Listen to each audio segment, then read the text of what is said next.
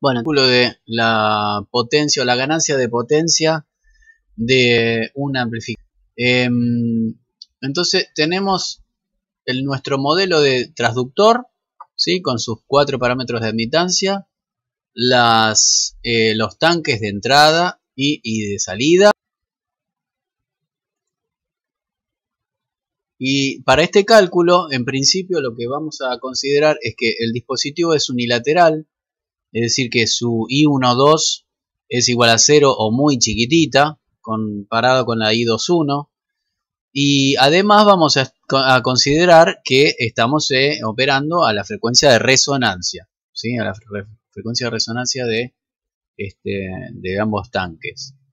En ese caso, yo lo que voy a tener es una compensación de la reactancia inductiva y de la reactancia capacitiva de cada uno de estos elementos. Y lo que me va a quedar de este tanque es si la resistencia equivalente de pérdidas del inductor.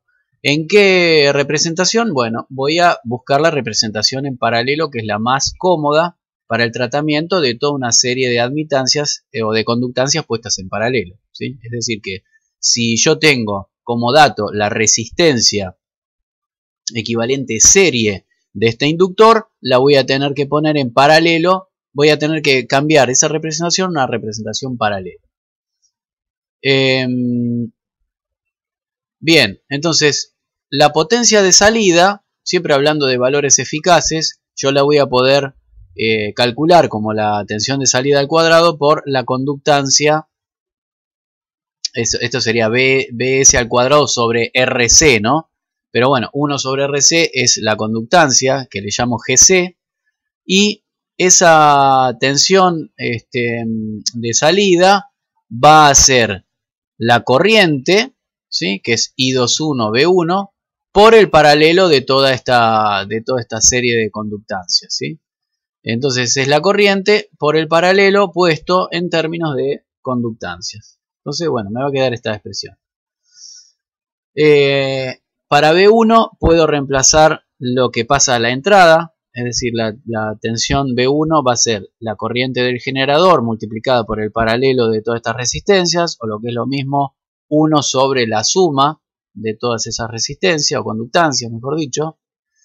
De tal manera que la expresión de PS me va a quedar así, ¿sí? Proporcional a la transferencia directa, la corriente del generador, la conductancia de carga, y bueno, todo el balance, digamos, entre todas las conductancias.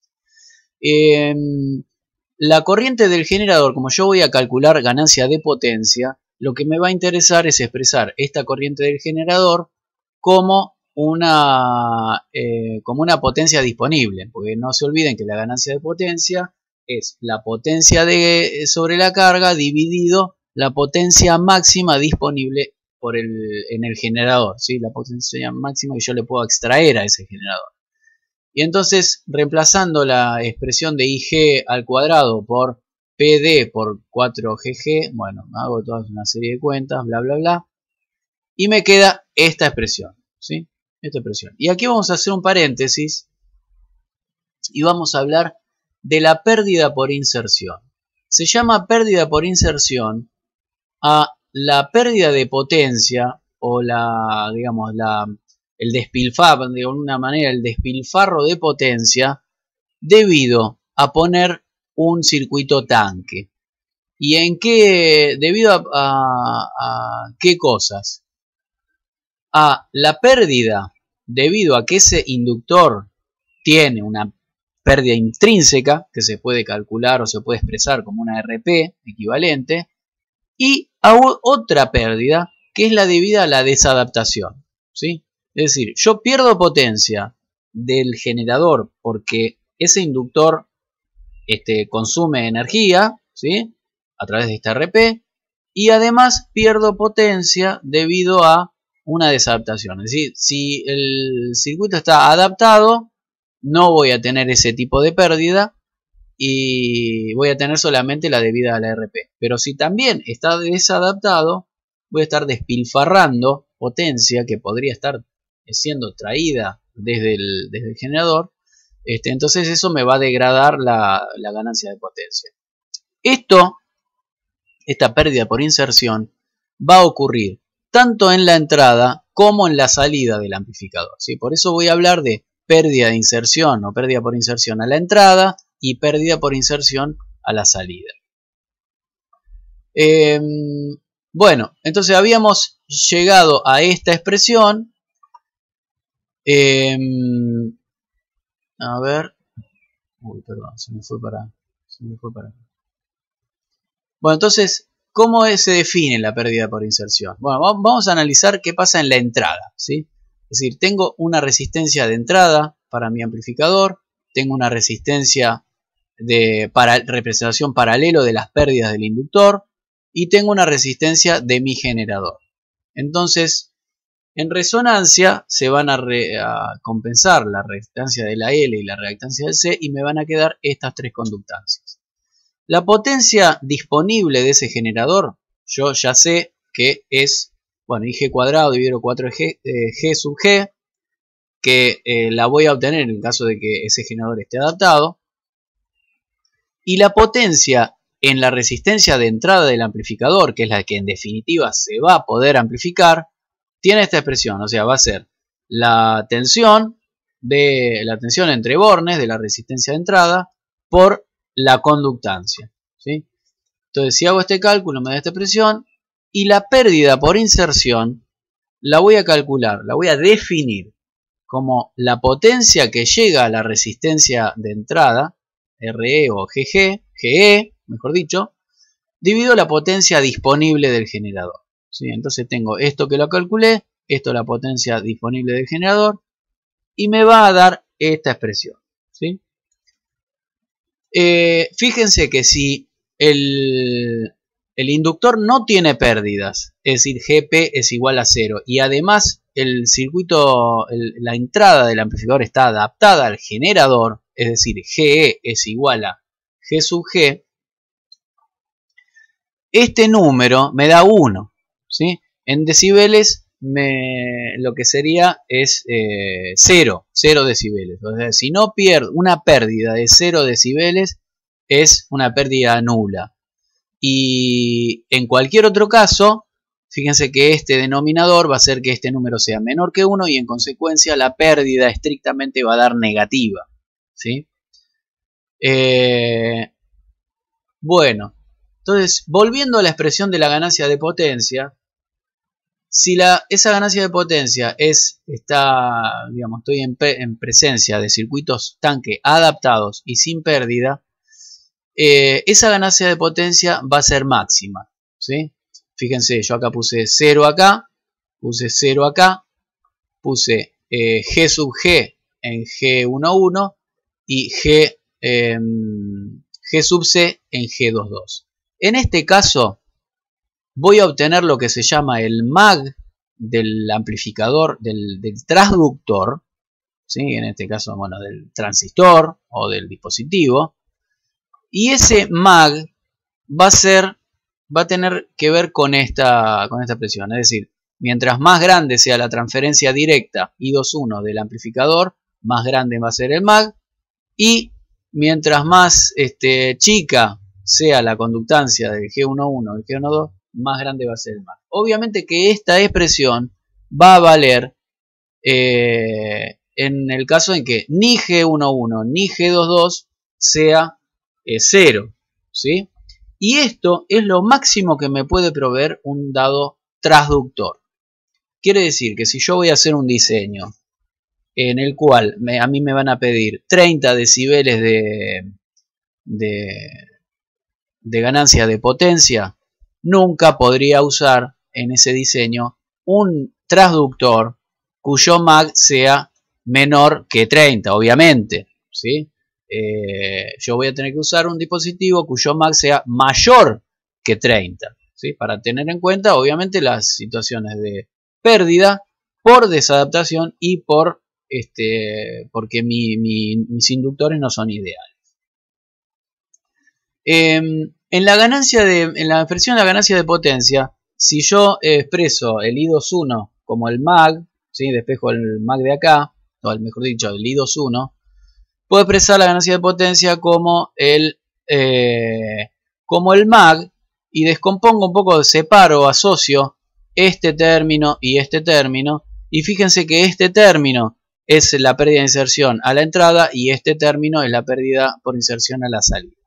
Quiere decir que yo finalmente puedo expresar la ganancia de potencia de la etapa como el MAG por la pérdida de inserción a la entrada por la pérdida de inserción a la salida. Y esto en decibeles, el MAG es positivo y las pérdidas son negativas. Entonces esto rápidamente, de acá rápidamente puedo ver cuál es el balance o digamos la ganancia de potencia en función de las tres cosas, ¿sí? Bueno, entonces ¿cómo hacemos, cómo disponemos nosotros los circuitos tanque y los transformadores de impedancia?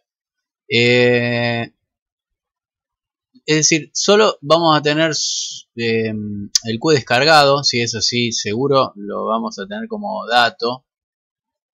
Bueno, ¿cómo hacemos para disponer los tanques de entrada y de salida? Porque tenemos varias configuraciones posibles, es decir, nosotros podemos, tanto en la entrada como en la salida, disponer transformadores de impedancia del lado capacitivo, pero también del inductivo. ¿Sí? Entonces acá lo que vamos a tener que evaluar son los requerimientos que tenemos que cumplir, y estos en general pueden ser, bueno, ancho de banda de los tanques, de cada uno de la entrada y la salida. Puede ser el requerimiento relativo al ruido de la etapa, ¿sí? El mínimo ruido de la etapa va a tener que ver con la característica del transductor, pero también va a depender del ancho de banda, o tener las mínimas pérdidas posibles, ¿sí? Y también vamos a tener que tener en cuenta cuántos componentes nosotros queremos agregar, ¿sí? Mientras más componentes, más difícil va a ser el montaje, si se quiere, o si el circuito de entrada está determinado. Si por ejemplo nosotros estamos hablando de que entra, digamos, de una etapa en la cual entra la antena, bueno, esa antena va a tener unas características dadas, no las vamos a poder cambiar. O también podemos hablar de que puede haber, como les dije, transformador de impedancia de un lado o de los dos del tanque. ¿A qué me refiero con todo esto? Que si nosotros vemos la entrada, por ejemplo, nosotros vamos a tener una fuente de entrada, el generador, vamos a tener nuestro circuito sintonizado, y ese circuito sintonizado va a poder conectarse directamente la resistencia del generador a tope de inductor y la resistencia de entrada también a tope de inductor. Voy a poder, si por ejemplo, imagínense que mi dispositivo tiene una resistencia de entrada R11 muy baja, si yo la conectara directamente a tope de inductor, esto me cargaría muchísimo el circuito tanque. Entonces una posibilidad es reducir la carga de esta R11 a tope de inductor dividiendo su tensión con el divisor capacitivo, usando el transformador capacitivo, ¿sí? Bueno, en este dibujito yo usé un transformador capacitivo para la resistencia de entrada, pero el generador lo conecté directamente a tope de inductor. Y puedo tener también la otra opción, que es usar transformador capacitivo para reducir el efecto de carga de R11 y también transformador inductivo para reducir el efecto de RG. Esta en general podría llegar a ser una resistencia baja, con lo cual la carga, si yo la conecto a tope de inductor, la carga sería sustancial y tendría que tendría que irme a elementos que serían poco prácticos para montar o para armar el circuito sintonizado. Entonces, en cada una de ellas yo voy a tener en paralelo una suma de conductancias que puede ser o bien la conductancia real, R11, o bien una conductancia reflejada, R'G, ¿sí? Acá en este caso tengo RG y R'11 Y acá en este caso tengo R'G y R'11. Cada una de ellas, las primadas, son las reflejadas por los sendos transformadores, y la relación de transformación es la que determina cuánto se va a reflejar de la resistencia real a tope de inductor. Un caso clásico, ¿sí?, que tiene, digamos, en el cual voy a tener unas ciertas especificaciones y voy a querer, en este caso, pérdidas de inserción mínimas, ¿sí?, es este que les muestro. Es decir, yo voy a tener el delta F como dato, por ejemplo, del tanque de entrada, y voy a tener la característica del inductor, la característica de pérdidas. Es decir, voy a poder calcular mi conductancia de pérdida para mi inductor. Esta proviene quizá del modelo serie, o lo que es lo mismo, el Q descargado, ¿sí? El Q descargado es la relación entre la resistencia paralelo y la reactancia que tiene ese inductor a la frecuencia de trabajo, ¿sí? O sea que yo tengo como datos estas dos cosas. Y lo que voy a pedir es que las pérdidas de inserción sean mínimas, ¿sí? Teniendo en cuenta esto. Entonces, si yo calculo el ancho de, digamos, el Q cargado del circuito, que es la relación entre la frecuencia central y el ancho de banda, habíamos visto que esto tenía que ver con la frecuencia central, el valor del capacitor y la resistencia total, ¿sí? La resistencia total en la filmina 20, vieron que en la filmina 20 estaba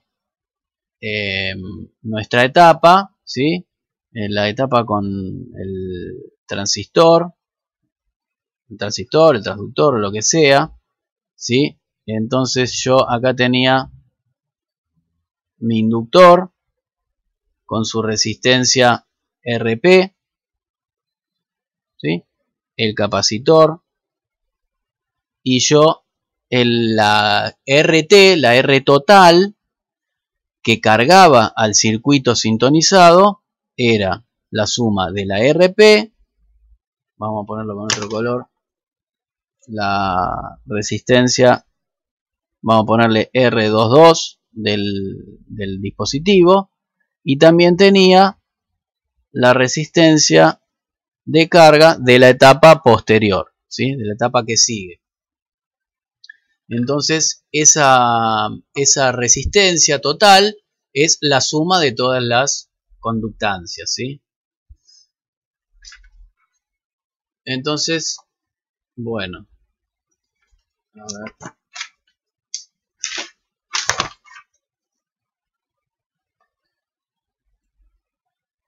Entonces, bueno, si yo, bueno, de la filmina 20, eso es lo que acabamos de decir, puedo reemplazar, digamos, despejar la conductancia total y ponerla en términos del ancho de banda, bueno, del capacitor, de la frecuencia central y demás.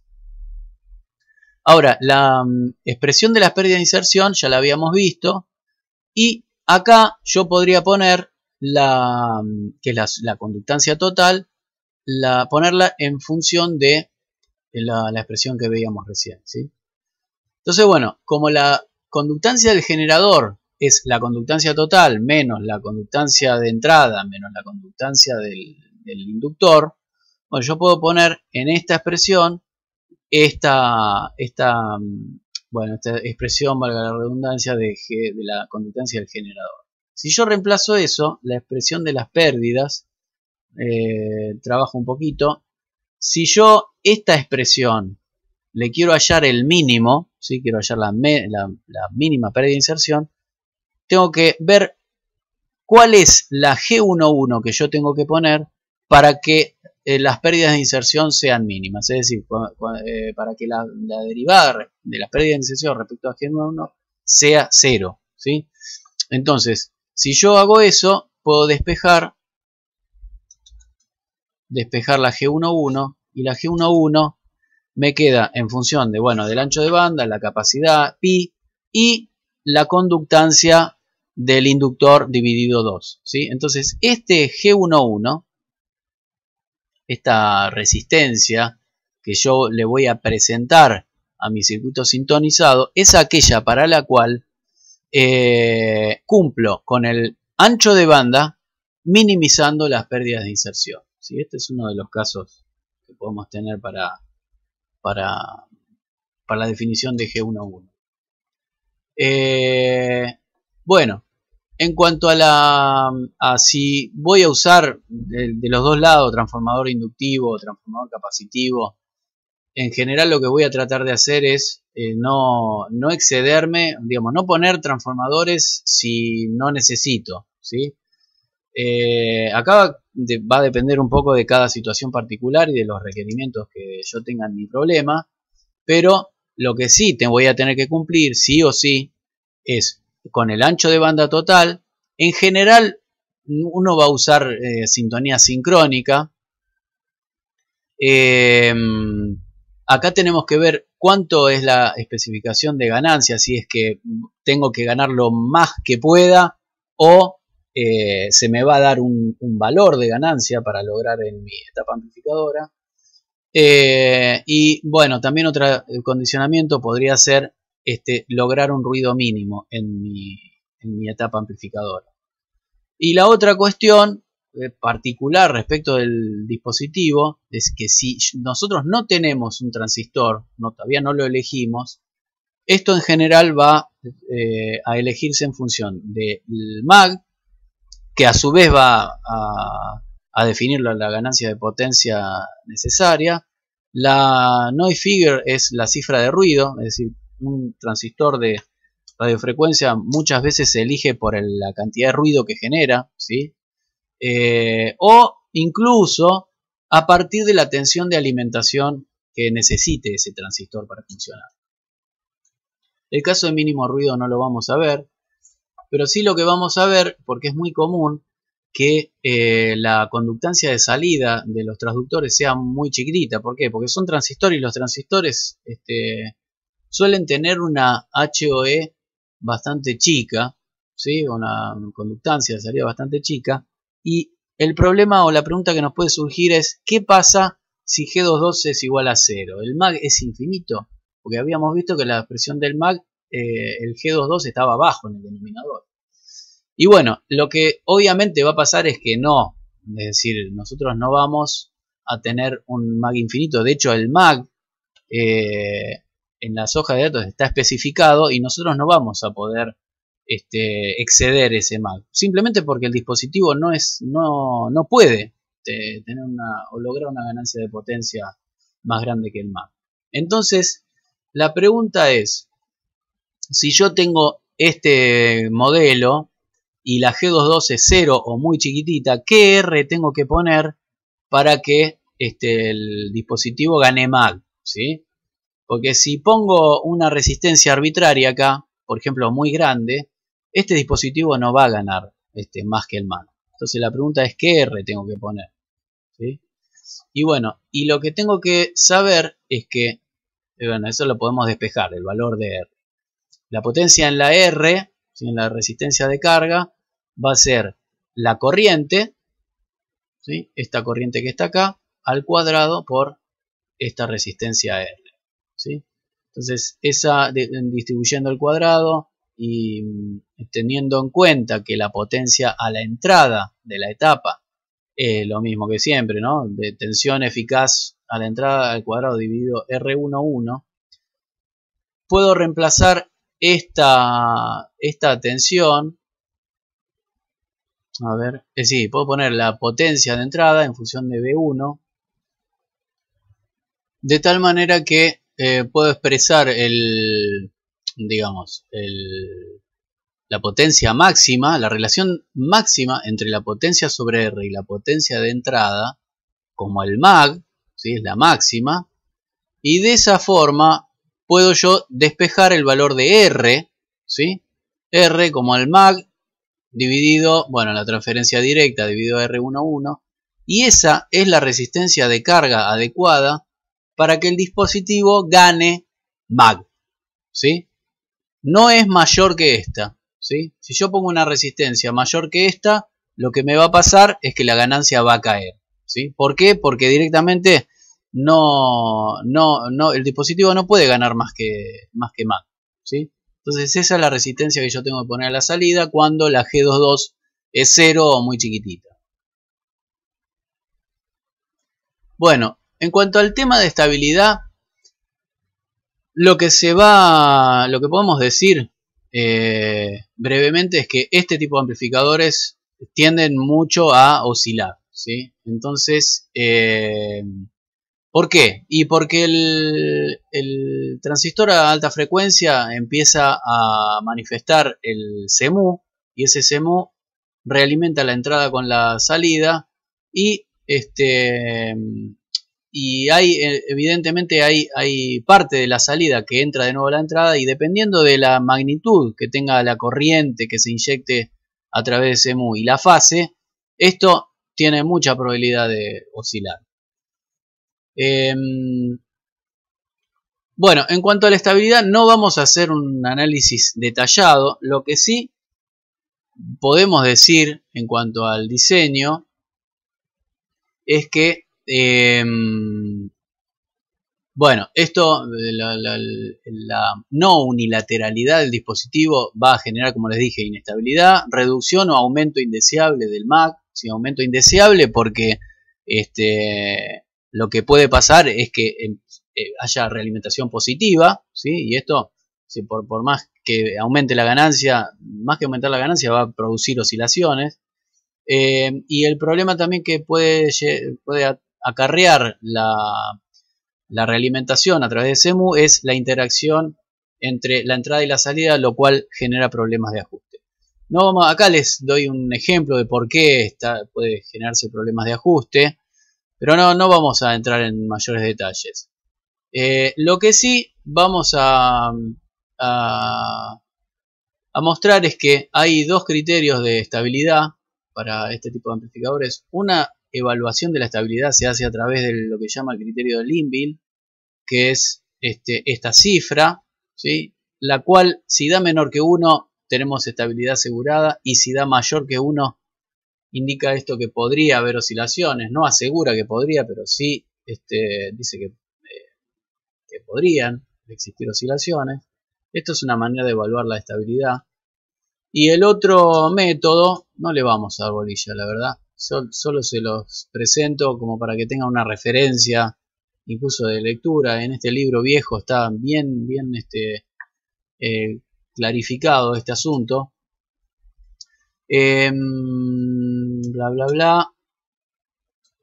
Bueno, y el otro criterio de estabilidad de Stern, que se llama, es una cifra que bueno, depende de la transferencia directa, de la transferencia inversa, de las resistencias propias del transductor y de las conductancias que digamos, resultantes a la entrada y a la salida. Entonces, si este número da menor que 0,2, el amplificador va a ser estable y si da mayor va a ser inestable. Ahora, ¿cómo tengo en cuenta yo esto en el diseño? El diseño al principio no lo voy a hacer en función de esto, sino que lo voy a hacer en función de todas las otras cosas que vimos, ¿sí? En función de esas cosas voy a realizar el diseño, voy a verificar qué valor arroja este número, K, y si me da menor que 0,2, es muy probable que no tenga ningún problema, y si me da alto, lo que tengo que hacer es reducirlo, ¿sí? ¿Y cómo se reduce este K? Y bueno, voy a poder aumentar esta conductancia de entrada o voy a poder aumentar la conductancia de salida, ¿sí? Esto significa que voy a cargar a los circuitos de entrada o de salida de una manera no óptima, ¿sí? Esto me va a llevar a que el circuito tenga menos ganancia de la que fue prevista en el diseño, pero bueno, entre un diseño que no sirva y un diseño que sirva y tenga un poco de ganancia, voy a optar por la segunda opción. Muchas veces lo que pasa es que yo voy a sobre exigir ganancia sobre el diseño para eventualmente poder hacer algún ajuste en el K. En el caso de que ninguna de las dos funcione, ni el ajuste de GI ni el ajuste de GS, tengo que acudir a la unilateralización o la neutralización del circuito. Esas son dos técnicas que no vamos a usar, pero lo que se trata es tanto la neutralización como la unilateralización intenta compensar el efecto parásito de CMU, ¿sí? Acá con una serie de inductancia capacitor. Acá fíjense, esta inductancia lo que va a pretender es compensar la reactancia del capacitor CMU en forma externa. Y otra técnica también es conectar un capacitor con la fase cambiada. Acá se tiene que usar un transformador para cancelar el efecto que tiene la realimentación interna de CMU, pero no vamos a dar detalles. Y la última cosa que les quiero mencionar, porque esto, digamos, ya forma parte de lo que son los receptores en bandas conocidas, digamos, o comerciales, es lo siguiente, que los circuitos tanque los tenemos que ajustar, va a haber que hacer ajustes, no vamos a poder poner elementos comerciales, valores comerciales, y eso tiene cierta dificultad, digamos, en la que es más que nada la fabricación de equipos en forma masiva, ¿sí? Pues siempre que yo tenga que hacer un ajuste voy a tener que tener un operario que haga calibraciones en cada uno de los equipos. Eso no es bueno, digamos, para la fabricación en serie. Entonces lo que hay como alternativa a los circuitos sintonizados para las bandas comerciales son lo que se llaman filtros cerámicos. Los filtros cerámicos son como circuitos tanque, pero basados no en una resonancia electromagnética, sino en una resonancia piezomecánica, ¿sí? Los materiales piezoeléctricos son materiales que tienen la capacidad de resonar mecánicamente y a su vez de generar tensiones, ¿sí? Entonces, básicamente lo que tiene un resonador cerámico adentro es un material que es capaz de tener una característica de filtro, como si fuera un circuito resonante, pero que adolece de los ajustes, es decir, esto está calibrado ya para que resuene en determinadas frecuencias y para que tenga anchos de banda comerciales, ¿sí? Si uno va a hacer un receptor de FM, lo más razonable hoy en día es usar un filtro cerámico y no hacerlo con un conjunto de inductancia capacitor. El asunto es que, claro, si yo quiero hacer un receptor en otra banda, en donde no consigo resonadores, tengo que hacerlo sí o sí con filtros CLC, ¿sí? Pero estos filtros cerámicos, lo que tiene de bueno es que ya están calibrados en frecuencia y ancho de banda y yo no tengo que hacer nada directamente. Lo que tengo que sí hacer es ofrecerles a la entrada y a la salida unos valores de resistencia que están predeterminados en la hoja de datos. Si yo hago eso, tengo un filtro pasabanda de muy buena calidad. Bueno, entonces, como les decía, esto me permite evitar las bobinas, no son susceptibles a interferencias, incluso cuando uno tiene circuitos de radiofrecuencia, como esos circuitos en general tienen un montón de inductancias, el problema que tenemos es que si hay cercanía entre las distintas inductancias puede haber acoplamientos electromagnéticos y eso a veces requiere un diseño cuidadoso. Estos filtros cerámicos no tienen ese problema porque su principio de resonancia no se basa en el electromagnetismo. Entonces son mucho más robustos. Y otra cosa que tienen también es que ante los golpes no se descalibra o se descalibran menos que lo que podría descalibrarse una inductancia, ¿sí? Las inductancias en general vienen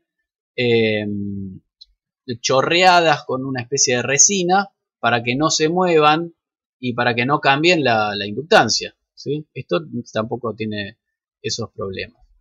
Y bueno, como les decía, no hay infinitos frecuencias, infinitos anchos de banda, sino que están hechos básicamente para las frecuencias comerciales. Bueno, y lo que tiene como gran desventaja es que tiene mucha pérdida de inserción. Tiene mucha pérdida.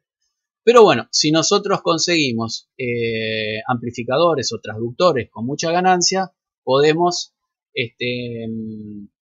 digamos, hacer un balance entre ganancia, o sea, puedo desperdiciar ganancia en pos de tener circuitos selectivos basados en filtros cerámicos con todas las ventajas que eso acarrea. Si uno, digamos, los modelos, se puede hacer un modelo de filtro cerámico a partir de un circuito eléctrico, y a veces los fabricantes especifican cuáles son los valores de este modelo equivalente para que ese modelo represente fielmente la característica del filtro cerámico, ¿sí? Esos son, bueno, acá claramente esto no va a existir semejantes cosas adentro del filtro cerámico, sino que van a ser la representación eléctrica.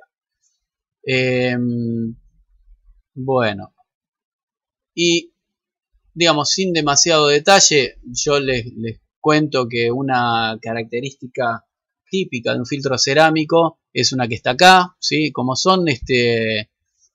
estos bichos funcionan con resonancias mecánicas, tienen, por ejemplo, respuestas espurias, ¿sí?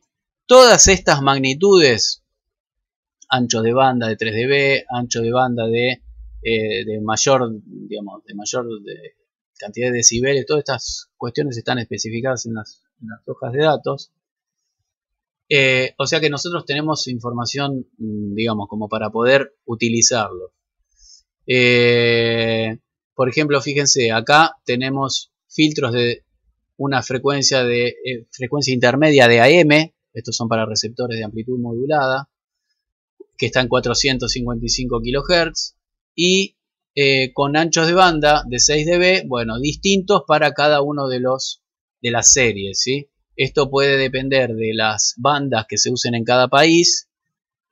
Bueno, este ancho de banda de XdB en este caso es el ancho de banda de 40 decibeles. Bueno, la atenuación, el ripple tiene que ver con esta zona que no es plana, ¿sí? Tiene determinadas anormalidades, pero bueno, eso está caracterizado en la hoja de datos. Y fíjense acá que la pérdida de inserción es bastante alta, del orden de 4 decibeles a 6 decibeles, cosa que, bueno, hay que sobrellevarla con el amplificador que uno utilice, ¿no? Bueno, la impedancia de entrada y salida y demás, datos. Bueno, una cosa que tenemos que tener muy en cuenta cuando usamos filtros cerámicos es, como les dije, respetar tanto la resistencia de salida o la resistencia que ve el filtro a la salida como la que ve a la entrada. Porque si nosotros no respetamos esas resistencias, lo que va a pasar con la característica del filtro es que se va a deformar por afuera de este patrón normal, ¿sí? Se va a perder su forma la transferencia. Entonces, lo que tenemos que hacer es respetar esas resistencias. Comúnmente este tipo de resistencias están en el orden de 330 a 470 ohm. Bueno, y acá fíjense que menciona cuál es el problema de no respetar esto, y es que la simetría de la forma de onda que entra, ¿sí? Se pierde, o sea que el problema que tiene básicamente es de distorsión. Bueno, y para finalizar, tenemos un ejercicio en la práctica en donde uno tiene que adaptar la impedancia que ve este cristal, y eso se hace en general con 4 resistencias, dos en paralelo y 2 en serie. Así que bueno, y esa parte de la adaptación se la voy a dejar para que la lean del apunte, que está bien explicado, está todo el formulerío. Pero digamos, en general lo que vamos a tener que hacer es elegir cada una de estas resistencias para poder lograr que este filtro esté adaptado de acuerdo con la característica que tiene la hoja de datos, ¿no? Así que bueno, con esto bueno, y para finalizar, a diferencia de lo que pasa con un circuito sintonizable C, la pérdida, en este caso, la pérdida del conjunto filtro más adaptador, va a ser justamente la pérdida intrínseca del filtro sumada a la pérdida del adaptador, tanto este como este. Entonces fíjense que bueno, ya digamos, intuimos que más allá de que la pérdida de inserción del filtro sea grande, también voy a tener una pérdida grande debido a este conjunto de resistencias, ¿sí? Así que bueno, con esto terminamos la serie de circuitos sintonizados, así que nos vemos la próxima.